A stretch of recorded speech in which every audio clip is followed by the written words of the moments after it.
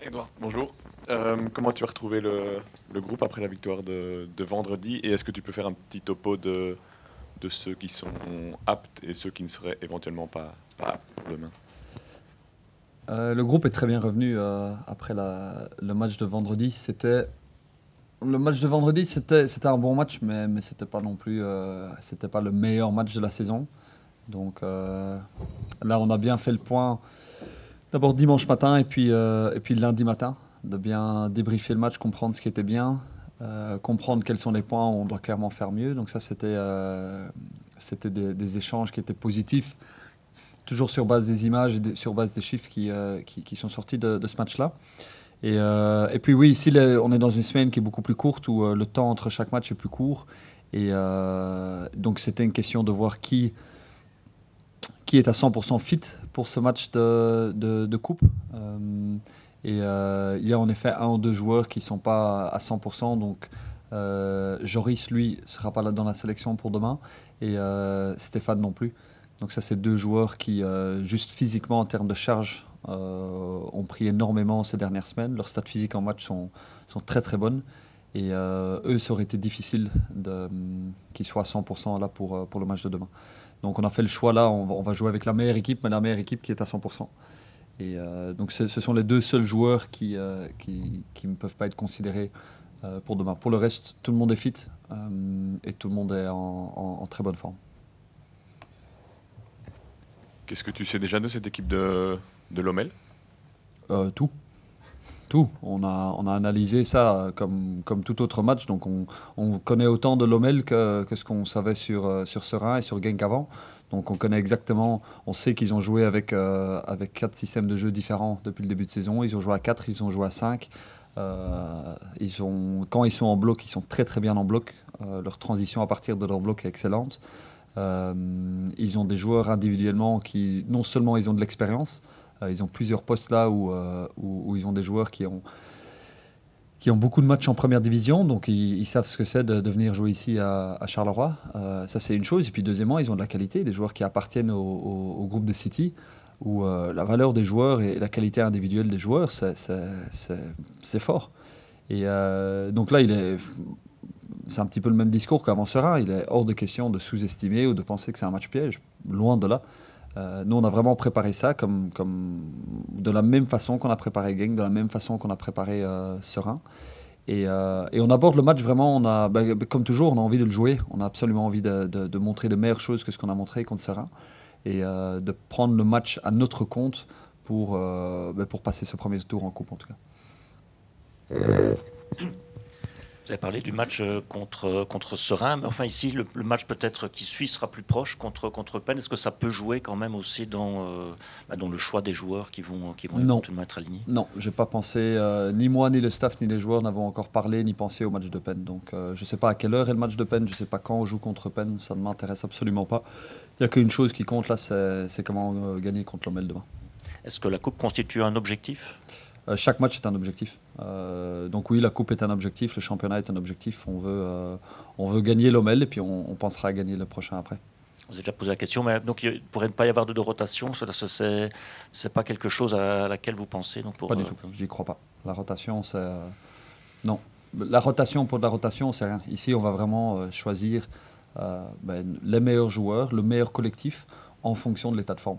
Donc oui, l'équipe ne sera pas identique à l'équipe de vendredi, mais pas parce qu'il faut donner la chance à quelqu'un, on donne la chance à personne ici. C'est pas une question de donner de la chance à quelqu'un ou que quelqu'un a besoin de temps de jeu ou qu'il faut de la confiance.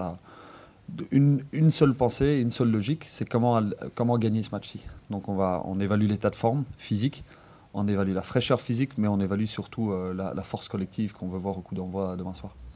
Un mot sur Anas Zaroury, qui joue contre son ancienne équipe.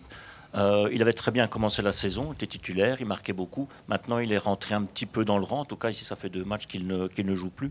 Est-ce que c'est parce qu'il a peut-être un coup de moins bien? Est-ce que c'est peut-être aussi tout simplement le contre-coup pour un joueur normal qui arrive de D1B? Ou est-ce que c'est parce qu'il y a d'autres joueurs? Je pense peut-être à Ali, qui est forcément, pour l'instant, est en très grande forme. Oui, c'est la richesse d'avoir un noyau qui est aussi bien équilibré que le nôtre. C'est que, comme vous l'avez dit, il a très très bien commencé la saison. Et il a commencé la saison de la façon dont on savait qu'il allait commencer la saison. On n'avait aucune surprise là-dessus. On a voulu un petit peu le cacher de la presse et tout ça pour qu'il constitue une surprise. Donc on n'en avait absolument pas parlé pendant la préparation. Mais on savait que ça allait être notre joueur clé en début de saison. Physiquement, il était frais. Mentalement, il était frais. Et puis oui, on a eu la discussion ensemble. Ce premier petit contre-coup de l'accumulation des matchs. C'est la première fois de sa carrière où il a enchaîné les matchs comme il l'a fait. Ses premières sélections avec les Diabletins aussi. Une blessure à la cheville qui vient un petit peu le freiner à un moment où il était vraiment bien. Donc c'est pas mal de différents facteurs là qui rentrent en ligne de compte et qui font à un moment, oui, il y a un petit... c'est pas une baisse de forme, mais en tout cas un contre-coup, et qui est tout à fait normal. Ça fait partie de ce processus de développement et d'apprentissage aussi. Donc ça, c'est une chose. Et puis deuxièmement, comme vous l'avez dit aussi, la richesse du noyau qui fait qu'il y en a un qui sort, c'est pas juste un qui attend derrière, il y en a deux ou trois. Et là, c'est Ali qui a pu prendre sa chance et qui l'a très très bien fait ici sur les derniers matchs. Mais il y a aussi il y a d'autres joueurs qui sont là. Guillaume est prêt. Dès que l'opportunité se présente à Guillaume, Guillaume sera prêt. On a Amine aussi qui est là, que quand on a fait appel à Amine contre le Beerschot, il a très très bien fait ça avec un assist notamment. Mamadou est aussi là. Donc vraiment, on a de la richesse dans ces positions offensives là. Et c'est exactement la situation qu'on voulait créer pendant qu'on préparait le noyau là, en début de préparation. Justement, peut-être un mot sur Amine, qui paraissait très proche justement d'une place de titulaire. Depuis lors, on le voit moins, notamment, il est même plus souvent dans les 18. Il y a 11 joueurs sur le terrain, il y a 18 dans la sélection, et on a un noyau de 20-21 joueurs. Donc quand tout le monde est fit, il y a des choix qui sont très très difficiles à faire. Et à la fois, c'est les choix les plus difficiles, mais c'est les plus beaux choix aussi. C'est les choix qu'on veut absolument pouvoir se créer. Et c'est chapeau au staff médical et à Fred, notre préparateur physique, qui font que aujourd'hui, et je touche du bois, mais aujourd'hui tout le monde est à 100% fit.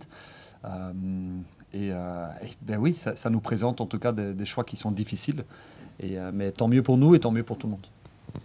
En parlant justement de Valentine et de Mama, est-ce qu'ils reviennent bien tous les deux dans... Mama est en tout cas dans la sélection. Valentine pas, il a un petit contre-coup de son arrêt, mais il sera considéré pour la sélection, en tout cas à partir du match suivant, ça c'est sûr. Si je ne dis pas de bêtises, tu as gagné la Coupe de Belgique lors de ton tout premier match de Coupe. Est-ce que c'est quand même une compétition qui a une saveur particulière pour toi? J'adore ça. La Coupe, c'est quelque chose de magique parce que ça va très vite. Et c'est aussi c'est une opportunité de gagner quelque chose qui est, c'est l'objectif de tout le monde. Et quand je dis tout le monde, je ne parle pas juste de nous ici à Charleroi, mais de tout joueur de foot, de tout entraîneur, de tout supporter. On veut absolument gagner quelque chose. Et la beauté que c'est pour un club de pouvoir aller loin dans une compétition et de lever un trophée, c'est magique. Ça rassemble tout le monde, ça crée une communauté qui est encore plus forte autour d'un club. Donc, on en a discuté ce matin avec le groupe. On a partagé avec les quelques personnes dans le noyau qui ont gagné quelque chose, notamment Guillaume qui a un CV qui est fabuleux. Donc, on a écouté Guillaume et pour en fait permettre à tout le monde de prendre conscience et de se rendre compte ce que c'est de gagner quelque chose. Il y a énormément de joueurs qui terminent leur carrière sans rien sur leur CV et sans trophée, sans médaille. Et donc, de se dire là, on va tout mettre de notre côté, on va mettre toutes les chances de notre côté pour aller le plus loin possible. Oui, j'espère aller au bout, mais la même chose en championnat, on va essayer de terminer le plus haut possible. Quelle place ce sera? Aucune idée. Jusqu'où on ira en coupe, je ne sais pas. Mais on fera tout en tout cas pour aller jusqu'au bout. Dans une compétition à élimination directe, est-ce que c'est plus difficile de ne pas se projeter sur le match d'après? Parce qu'en championnat, c'est forcément plus long, il y a plus de journées. Est-ce qu'en coupe, c'est plus difficile de rester focus sur le match qui vient sans penser à l'éventuel match d'après? Je ferai l'inverse, même c'est plus facile. C'est plus facile ici de juste se focus. On a un match là, 90 minutes. Et peut-être 120, mais 90. On a 90 minutes et donc on doit créer, nous, un esprit de la coupe qui est un petit peu différent de l'esprit de la compétition. Mais on est occupé à le créer là, hier, aujourd'hui. Demain, c'est ce début de...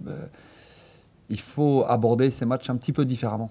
Parce que oui, il n'y a pas de mince. On repart demain matin. Non, c'est demain ou jamais. Si ça ne marche pas demain, c'est fini. Donc ça, c'est quelque chose qu'on a... c'est pas une pression supplémentaire. Mais il faut justement le prendre avec nous et se servir de cette énergie que c'est maintenant. On a 95 minutes demain pour pouvoir passer le prochain tour et puis on pensera au prochain match après ça. Mais en tout cas, non, on veut l'utiliser à notre avantage.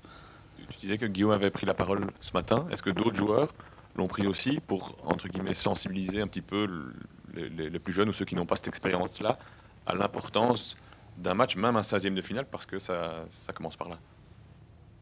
Ce matin, non, c'était principalement c'était Guillaume. Moi, j'ai partagé un petit peu de mon expérience aussi avec Bruges, avec Anvers. Jules aussi un petit peu de son expérience à Malines. Et Stéphane aussi qui a gagné une coupe en Suisse. Donc ça c'était voilà, nous quatre on a partagé un petit peu notre ressenti et nos expériences là-dessus.